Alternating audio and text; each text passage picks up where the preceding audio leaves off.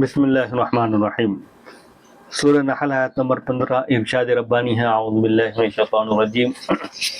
وَأَلْقَى فِي الْأَرْضِ رَوَاسِيَ أَن تَمِيدَ بِكُمْ وَأَنْهَارًا وَسُبُلًا لَعَلَّكُمْ تَهْتَدُونَ، اور اللہ تعالیٰ نے گاڑ دیے ہیں زمین میں، نصب کر دیے ہیں زمین میں اونچے اونچے پہاڑ، تاکہ زمین لرزتی نہ رہے تمہارے ساتھ، اور نہریں جاری کر دیں اور راستے بنا دیے تاکہ تم اپنی منزل کی راہ پا سکو، اپنی منزل کا راستہ پا سکو۔ جمے ہوئے پہاڑ زمین میں گاڑ دیے، نصب کر دیے تاکہ تمہارے ساتھ زمین لرزتی نہ رہے۔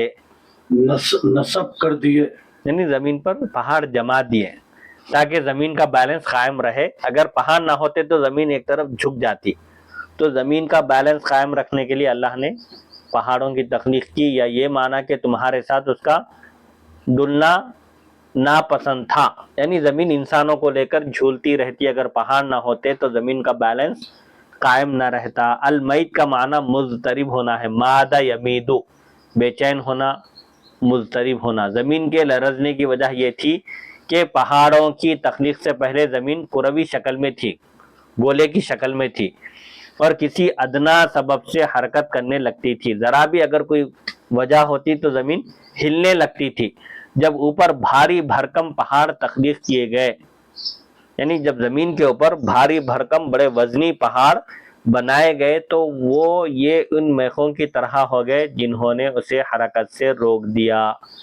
یعنی پہاڑ گویا زمین کے لیے جیسے خیمہ جب ڈالا جاتا ہے، ڈیرا جب ڈالا جاتا ہے، خیمہ نصب کیا جاتا ہے، تو رسیوں سے شیخوں کو زمین میں گاڑ کر میخوں کو، ڈیرے کو روکا جاتا ہے رسیاں باندھ کر، تو اسی طرح اللہ تعالیٰ نے زمین کا بیلنس قائم رکھنے کے لیے بڑے بھاری بھرکم وزنی پہاڑ بنا کر انہیں زمینوں پر رکھ دیا تاکہ زمین کا بیلنس قائم رہے اور زمین ادنا سی حرکت سے بھی ہلنے جلنے نہ لگے۔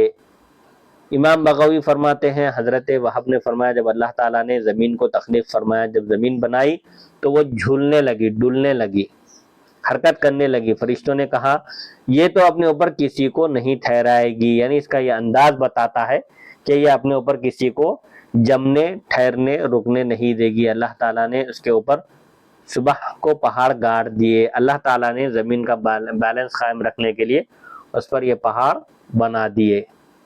فرشتوں کو معلوم ہی نہ ہو سکا کہ پہاڑ کس چیز سے بنائے گئے ہیں۔ حوالے کے لیے دیکھیے معالم التنزیل جلد 3 صفحہ 421۔ عبد بن حمید، ابن جریر، ابن منذر اور ابن ابی حاتم نے قتادہ کی سند سے، انہوں نے حسن سے، انہوں نے قیس بن عباد کے سلسلے سے نقل کیا ہے، روایت کیا ہے، فرمایا اللہ تعالیٰ نے جب زمین کو پیدا فرمایا تو وہ ڈلنے لگی، یعنی زمین حرکت کرنے لگی۔ فرشتوں نے کہا یہ تو اپنی پیٹھ پر، اپنی پشت پر کسی کو نہیں ٹھہرائے گی۔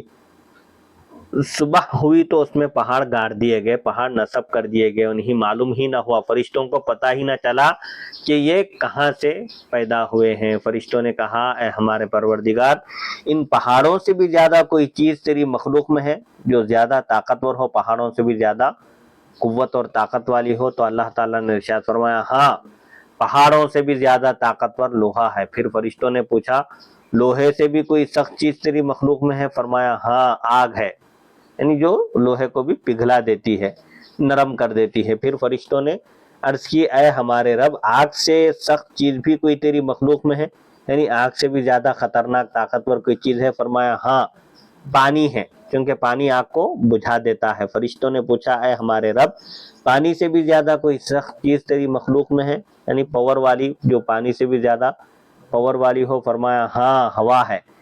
پھر فرشتوں نے پوچھا اے ہمارے رب، ہوا سے بھی کوئی سخت چیز تیری مخلوق میں ہے؟ فرمایا ہاں، مرد ہے۔ پوچھا اے ہمارے رب، مرد انسان سے بھی زیادہ سخت تیری مخلوق میں کوئی چیز ہے؟ فرمایا ہاں، عورت ہے، مرد سے بھی زیادہ پاور والی، طاقت والی مخلوق میں اگر کوئی ہے تو وہ عورت ہے۔ حوالے کے لیے دیکھیے در منصور جلد 4 صفحہ 211 تا 12۔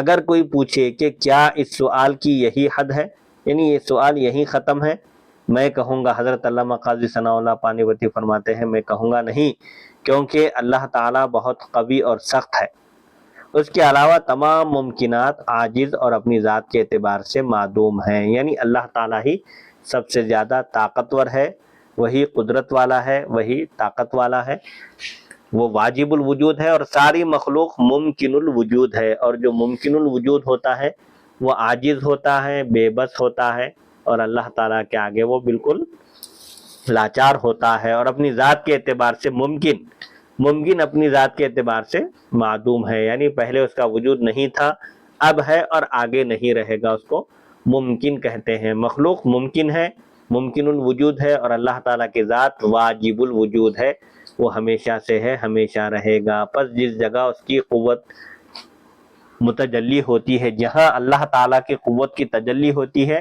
وہ چیز دوسری چیزوں پر غالب آ جاتی ہے۔ مثلا ہاتھی چونٹی سے زیادہ طاقتور ہے، لیکن اگر اللہ تعالیٰ چاہے تو ہاتھی کی بے بسی کو ظاہر کر دے اور چونٹی کو غالب کر دے، یہ اللہ تعالیٰ کی شان ہے۔ ظاہری اعتبار سے ہاتھی چونٹی سے زیادہ طاقتور ہے، لیکن اگر اللہ تعالیٰ کی مشیت اگر یہ ہو کہ وہ چیونٹی کو ہاتھی پر غالب کر دے اور ہاتھی کو بے بس ظاہر کر دے، تو اللہ تعالیٰ کی ذات اس پر بھی قادر ہے، کیونکہ جب اس کی قوت کا عکس، اس کی قوت کا پرتو سایہ چیونٹی پر پڑے گا تو وہ ہاتھی پر غالب آ جائے گی۔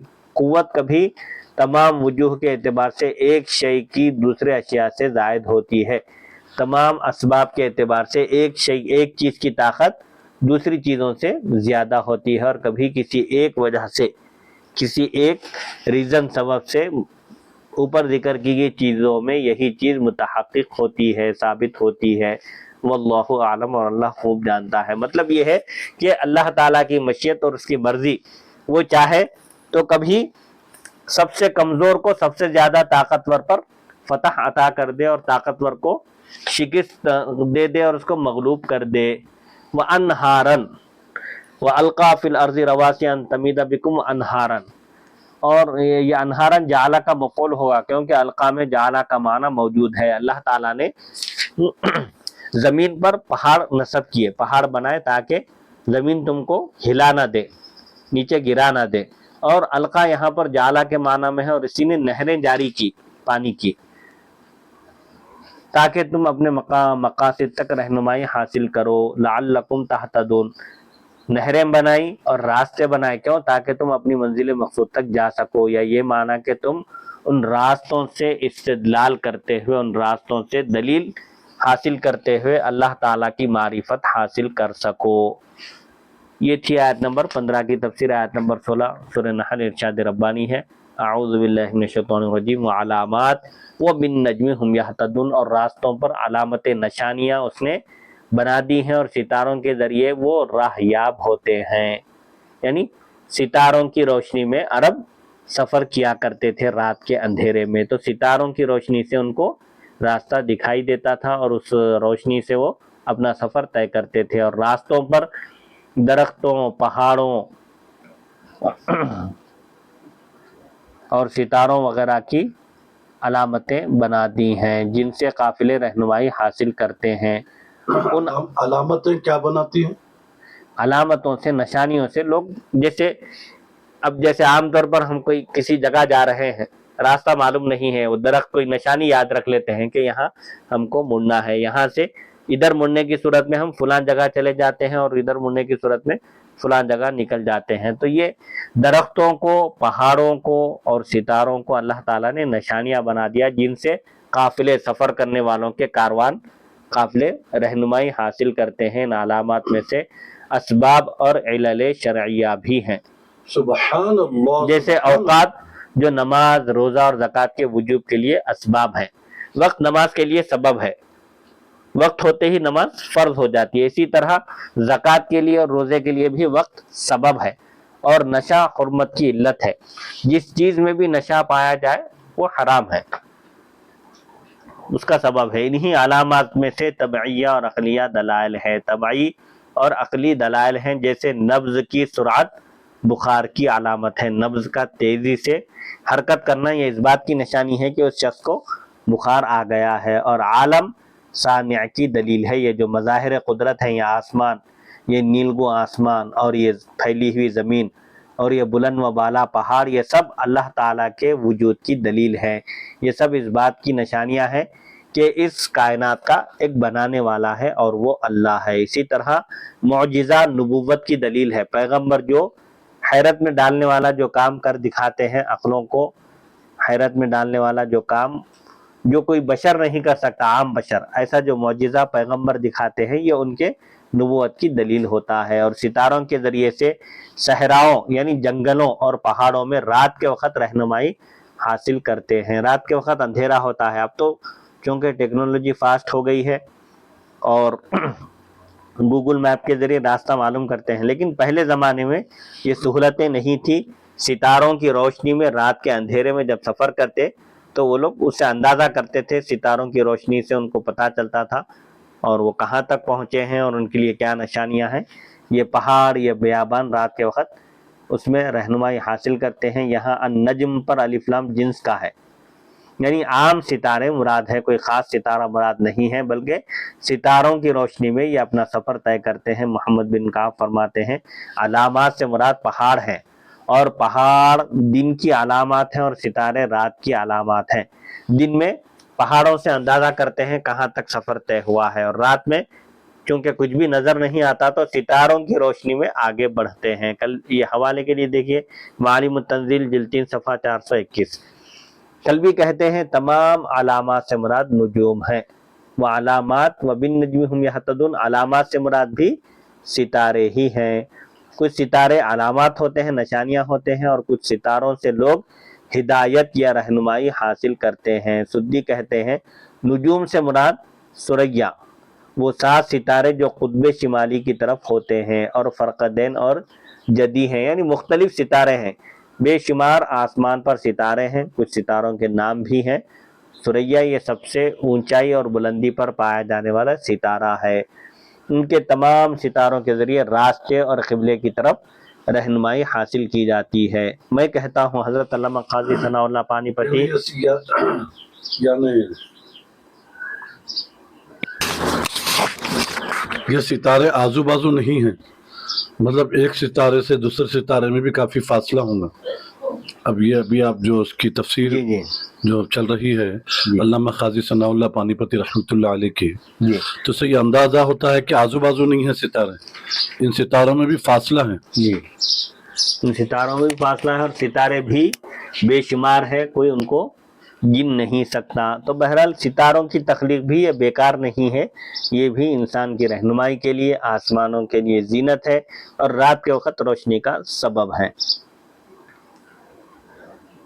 حضرت علامہ قاضی ثناء اللہ پانی پتی کہتے ہیں میں کہتا ہوں یہ ستارے اس لیے مراد لیے گئے ہیں کیونکہ یہ قطب شمالی کے قریب ہوتے ہیں، اور ان کے دائرے کے چھوٹا ہونے کی وجہ سے یہ اپنی جگہوں سے بہت کم حرکت کرتے ہیں۔ ان کے دائرے چھوٹے ہوتے ہیں جس کی وجہ سے یہ ادھر ادھر نہیں ہوتے، ستارے اپنی جگہ سے بہت ہی کم ہٹتے ہیں۔ ضمیر کا مرجع قریش ہیں، وبالنجم هم یہتدون، اور ستارے کے ذریعے ہی، ستاروں کے ذریعے ہی یہ اپنی منزل مقصود تک پہنچتے ہیں۔ ہم یہتدون کون؟ قریش، کیونکہ یہ لوگ اکثر تجارت کی غرض سے، بزنس کی غرض سے رات کے وقت سفر کرتے تھے، اور یہی لوگ ستاروں سے رہنمائی حاصل کرنے میں مشہور بھی تھے۔ عرب رات کے وقت سفر کرتے تھے تجارت کے لیے، اور ستاروں کی روشنی میں یہ اپنا سفر طے کیا کرتے تھے۔ شہرت بھی ان کی سفر کرنے کی وجہ سے تھی، اسی وجہ سے النجم کو مقدم کیا اور ضمیر کو مفخم کیا، یعنی پھر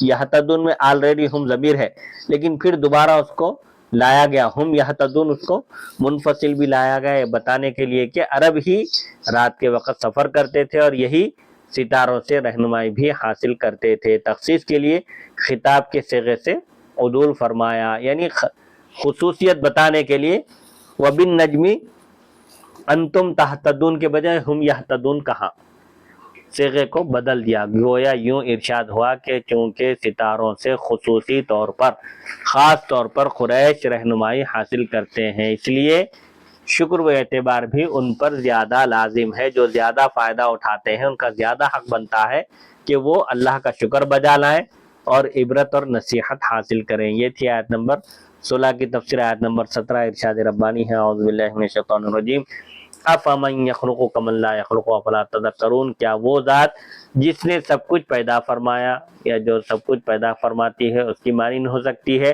جس نے کچھ بھی نہیں بنایا؟ کیا تم اتنا بھی غور و فکر نہیں کرتے؟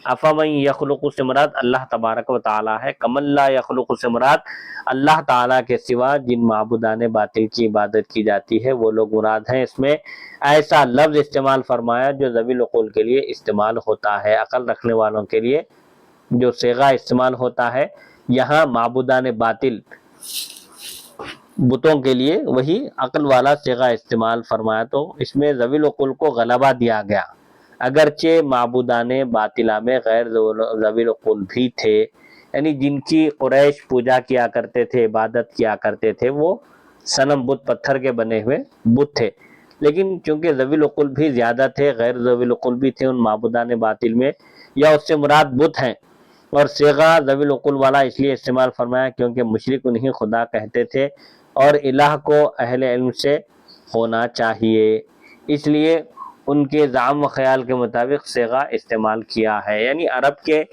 مشرکین کے خیال کے مطابق صیغہ استعمال کیا، ان کے زعم میں، ان کے خیال میں معبود جو ہونا چاہیے وہ علم والا ہونا چاہیے اور عقل والا ہونا چاہیے، یا من یخلقو کے مقابلے میں اس کا ذکر ہو رہا تھا اس لیے اسی جیسا لفظ استعمال فرمایا، جیسے سورہ بقرہ میں اللہ یستہزئ بہم کہا کہ اللہ ان کا مذاق اڑاتا ہے، نہیں بلکہ ان کے مذاق کا جواب دیتا ہے، اس کو بلاغت کی اصطلاح میں مشاکلت کہتے ہیں، جیسا صیغہ وَمَكَرُوا وَمَكَرَ اللَّهُ، اور انہوں نے خفیہ سازش کی کفار نے اور اللہ نے بہترین تدبیر کی، تو مکر کا لفظ مذموم معنی میں، برے معنی میں نہیں ہے، اللہ کے لیے اللہ کی طرف نسبت کرتے ہوئے وہ اچھے معنی میں استعمال ہوگا، لیکن مکر کا لفظ استعمال کیوں کیا؟ کیونکہ مشاکلت، مقابلے کے طور پر اس طرح عربی زبان میں سیم لفظ استعمال کیا جاتا ہے اور ہر جگہ مذموم معنی مراد نہیں ہوتے، برے معنی، تو اسی طرح یہاں پر افمن یخلقو کمن لا یخلقو، کیا وہ ذات جو پیدا کرتی ہے، تخلیق کرنے پر قادر ہے، کیا وہ اس کی طرح ہو سکتی ہے جو کچھ بھی نہیں بنا سکتا؟ یہاں مراد اس سے معبودان باطل بت ہیں، یعنی اللہ تعالیٰ اور وہ معبودان باطل برابر نہیں ہو سکتے، کیونکہ اللہ تعالیٰ قادر مطلق ہے، ساری کائنات کا خالق اور مالک ہے، اور یہ بت مجبور محض ہیں، جماد ہیں، یہ حرکت بھی نہیں کر سکتے، نہ سن سکتے ہیں، نہ بول سکتے ہیں، نہ نفع پہنچا سکتے ہیں، نہ نقصان پہنچا سکتے ہیں۔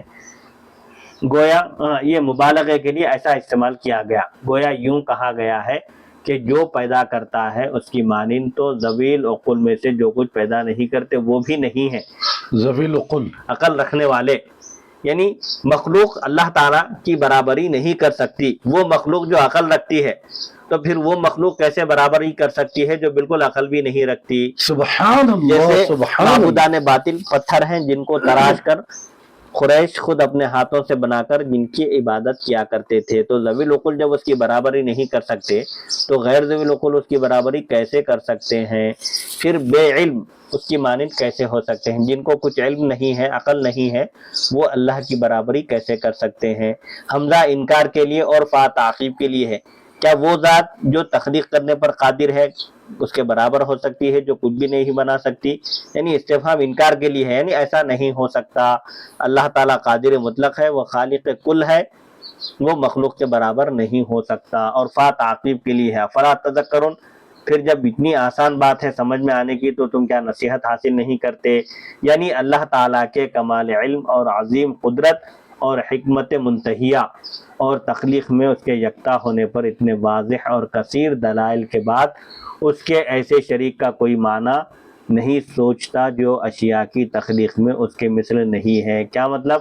کہ اللہ تعالیٰ کمال علم رکھتا ہے، زبردست قدرت والا ہے، اور اس کی حکمت بالغہ ہے، زبردست حکمت والا ہے، اور تخلیق میں ساری اشیاء، چیزوں کو پیدا کرنے، کائنات کو بنانے میں وہ یکا و تنہا ہے، اس پر اتنے واضح دلائل ہیں، اور ایک دو نہیں بے شمار دلائل ہیں، اس کے باوجود ایسے شریک کا کوئی معنی نہیں سوچتا، نہیں اس کے ساتھ کوئی ایسا شخص شریک نہیں ہو سکتا جو کچھ بھی نہیں بنا سکتا، بلکہ وہ جواہر و اعراض میں سے کسی چیز کی تخلیق پر قادر نہیں، یعنی مخلوق کچھ بھی نہیں بنا سکتی، حتیٰ کہ ایک مکھی کو اڑانے اور اسے دور کرنے پر بھی قادر نہیں۔ وَإِن يَسْلُبْهُمُ الذُّبَابُ شَيْئًا لَا يَسْتَنقِذُوهُ مِنْهُ، یعنی سورہ حج میں اللہ تعالیٰ نے سورہ حج کے آخری رکوع میں فرمایا یا ایھا الناس ضرب مثل فاستمعوا لہ، یعنی کفار مکہ کو جھنجھوڑنے کے لیے، ان کو سمجھانے کے لیے ایک مثال بیان کی گئی، اے لوگوں ایک مثال بیان کی گئی، تم اس کو غور سے سنو۔ یا ایھا الناس ضرب مثل فاستمعوا لہ ان الذین تدعون من دون اللہ، اللہ تعالیٰ فرماتا ہے کہ بے شک وہ معبودان باطل جن کی تم عبادت کرتے ہو، لن یخلقوا ذبابا ولو اجتمعوا لہ، یعنی وہ ایک مکھی بھی نہیں بنا سکتے اگرچہ کہ وہ سب کے سب یکجٹ ہو کر یکجا ہو کر مل کر یہ کام کرنا چاہیں، ایک مکھی کو وجود بخشنا چاہیں تو بھی نہیں بخش سکتے۔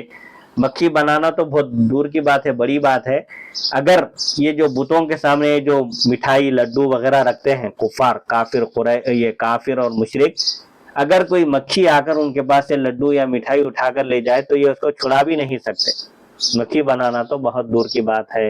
اللہ حق تو یہ تھا کہ کلام یوں ہوتا افمن یخلق کمن لا یخلق، لیکن اس کے برعکس ذکر فرمایا،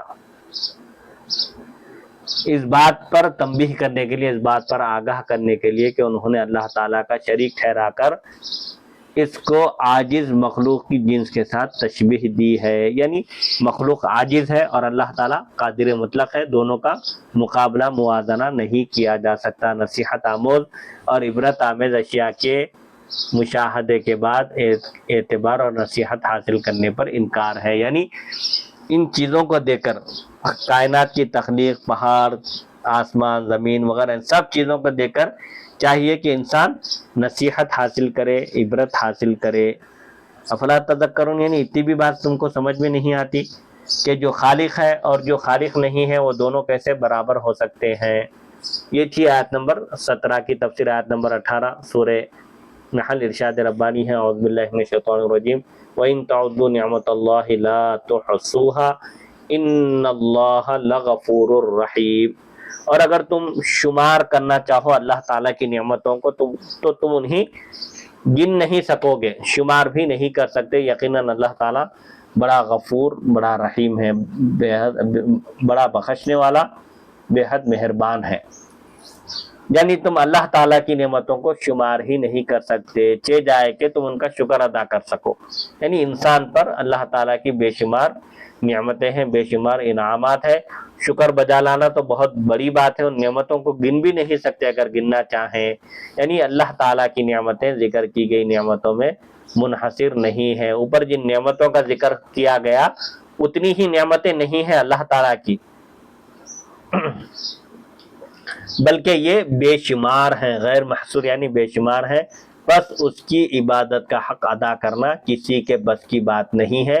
تم سے مقصود و مطلوب صرف کلیتاً توجہ الی اللہ اور اپنی کوتاہی کا اعتراف ہے۔ کوئی بھی بندہ کہو اللہ تعالیٰ کی عبادت نہیں کر سکتا، اس کی عبادت کا حق ادا نہیں کر سکتا، اس لیے اللہ تعالیٰ اسے صرف کیا چاہتا ہے کہ اس کی توجہ اللہ کی طرف رہے، وہ اللہ کو ایک مانے، اس کی ذات و صفات میں کسی کو اس کا شریک نہ ٹھہرائے اور اپنی عاجزی اور بے بسی کا اعتراف کرے، بندہ فخر نہ کرے بلکہ تواضع اور عاجزی کا پیکر بن کر رہے اللہ کے سامنے۔ اللہ یہ چاہتا ہے، تمہاری ان نعمتوں پر شکر کی تقصیر کو وہ معاف فرمانے والا ہے۔ نعمت کا جیسا شکر ادا کرنا چاہیے، کوئی بندہ بھی ویسے شکر ادا نہیں کر سکتا، لیکن اس کوتاہی کو بھی اللہ تعالیٰ معاف فرمانے والا ہے۔ شکر سے عاجز ہونے کا اقرار کرنا ہی یہ شکر ادا کرنا ہے، اور تم پر وہ بڑا مہربان ہے کیونکہ اس نے تمہارے استحقاق سے پہلے، تمہارے حق سے پہلے تم پر نعمتیں وسیع فرما دی، تمہارا کوئی حق نہیں بنتا، لیکن پھر بھی وہ تم پر مہربان ہے، نعمتوں کو وسیع کر دیا، کشادہ کر دیا، نعمتوں کی بارش کر دیا، اور پھر تمہاری کوتاہیوں اور جفاؤں کے باوجود، یعنی نافرمانیوں اور کوتاہیوں اور تمہاری زیادتی کے باوجود وہ نعمتوں کا سلسلہ منقطع نہیں فرماتا۔ انسان سرکشی کرتا ہے، اور نافرمانی کرتا ہے، لیکن اس کے باوجود اللہ تعالیٰ اسے اپنی نعمتوں کو نہیں روکتا، اور تمہارے کفران نعمت کی ناشکری پر تمہاری عقوبت کے ساتھ مواخذہ نہیں فرماتا۔ یعنی تم نعمتوں کی ناشکری کرتے ہو، لیکن اس کے باوجود اللہ تعالیٰ حلیم ہے، بردبار ہے، تم کو جلدی سزا نہیں دیتا، اس کی گرفت نہیں فرماتا۔ عاقبت کیا ابھی؟ عقوبت کے ساتھ، یعنی سزا کے ساتھ تمہاری گرفت نہیں فرماتا۔ ناشکری کرنے کے باوجود اللہ تعالیٰ انسان کو سنبھلنے کا موقع دیتا ہے، اس کو ڈھیل دیتا ہے، فوراً اس کی گرفت نہیں کرتا، اس کو سنبھلنے کا اور نصیحت حاصل کرنے کا، اپنی اصلاح کرنے کا موقع دیتا ہے۔ یہ تھی آیت نمبر 18 کی تفسیر۔ آیت نمبر 19 ارشاد ربانی ہے سورہ نحل، اعوذ باللہ من الشیطان الرجیم، واللہ یعلم ما تسرون وما تعلنون، اور اللہ ہی جانتا ہے جو کچھ تم چھپاتے ہو اور جو کچھ تم ظاہر کرتے ہو۔ اللہ تعالیٰ تمہارے پوشیدہ عقائد، چھپے ہوئے عقیدے، نیتوں، شکر، حقوق عبودیت کی ادائیگی سے اپنی کمزوری کا علم، بندہ ہونے کا حق ادا کرنے سے عاجز ہونے کا علم، یا تمہاری غفلتوں اور تکبر کو جانتا ہے، اور تمہارے ظاہری اعمال صالحہ یا فاسدہ کو بھی وہ جانتا ہے۔ جو دکھا کر تم جو عمل کر رہے ہو، چاہے وہ عمل تمہارا نیک ہو یا برا، اس کو بھی وہ جانتا ہے، اس لیے وہ تمہیں اس پر جزا دے گا۔ نیک عمل ہو تو اس کی جزا دے گا، اور اگر برا عمل ہو تو وہ اس کی سزا دے گا۔ یہ تھی آیت نمبر 19 کی تفسیر۔ آیت نمبر 20 سورہ نحل، ارشاد ربانی ہے، اعوذ باللہ من الشیطان الرجیم، والذین یدعون من دون اللہ لا یخلقون شیئا وهم یخلقون، اور جو لوگ پوجتے ہیں، عبادت کرتے ہیں اللہ کے سوا غیروں کی، وہ پیدا نہیں کر سکتے کوئی چیز، یعنی معبودان باطل کچھ نہیں بنا سکتے، بلکہ وہ خود مخلوق ہیں، وہ خود پیدا کیے گئے ہیں۔ عاصم اور یعقوب نے یدعونا کو یا کے ساتھ، اور باقی قاریوں نے تا کے ساتھ پڑھا ہے، والذین تدعون من دون اللہ، اور وہ کوئی چیز بھی پیدا نہیں کر سکتے، خواہ وہ اصل ہو یا ضمنی ہو، چاہے وہ جواہر و اعراض میں کتنی ہی چھوٹی اور معمولی کیوں نہ ہو، جائے کہ آسمانوں اور زمین کی تخلیق میں وہ اس کے شریک بنے۔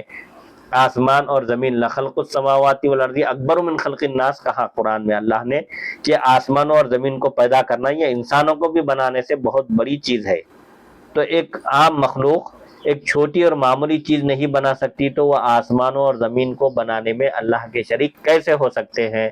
پھر انہیں وہ کیوں کر خدا سمجھ کر پکارتے ہیں، اور کیوں کر ایسے بے جان اللہ کے شریک ہو سکتے ہیں؟ جو بے جان چیزیں ہیں، جو جماد محض ہے، جس میں حرکت نہیں ہے، جو نہ نفع پہنچا سکتی ہے چیزیں، جو نہ نقصان پہنچا سکتی ہیں، وہ چیزیں اللہ تعالیٰ کی ذات و صفات میں کیسے شریک ہو سکتی ہیں؟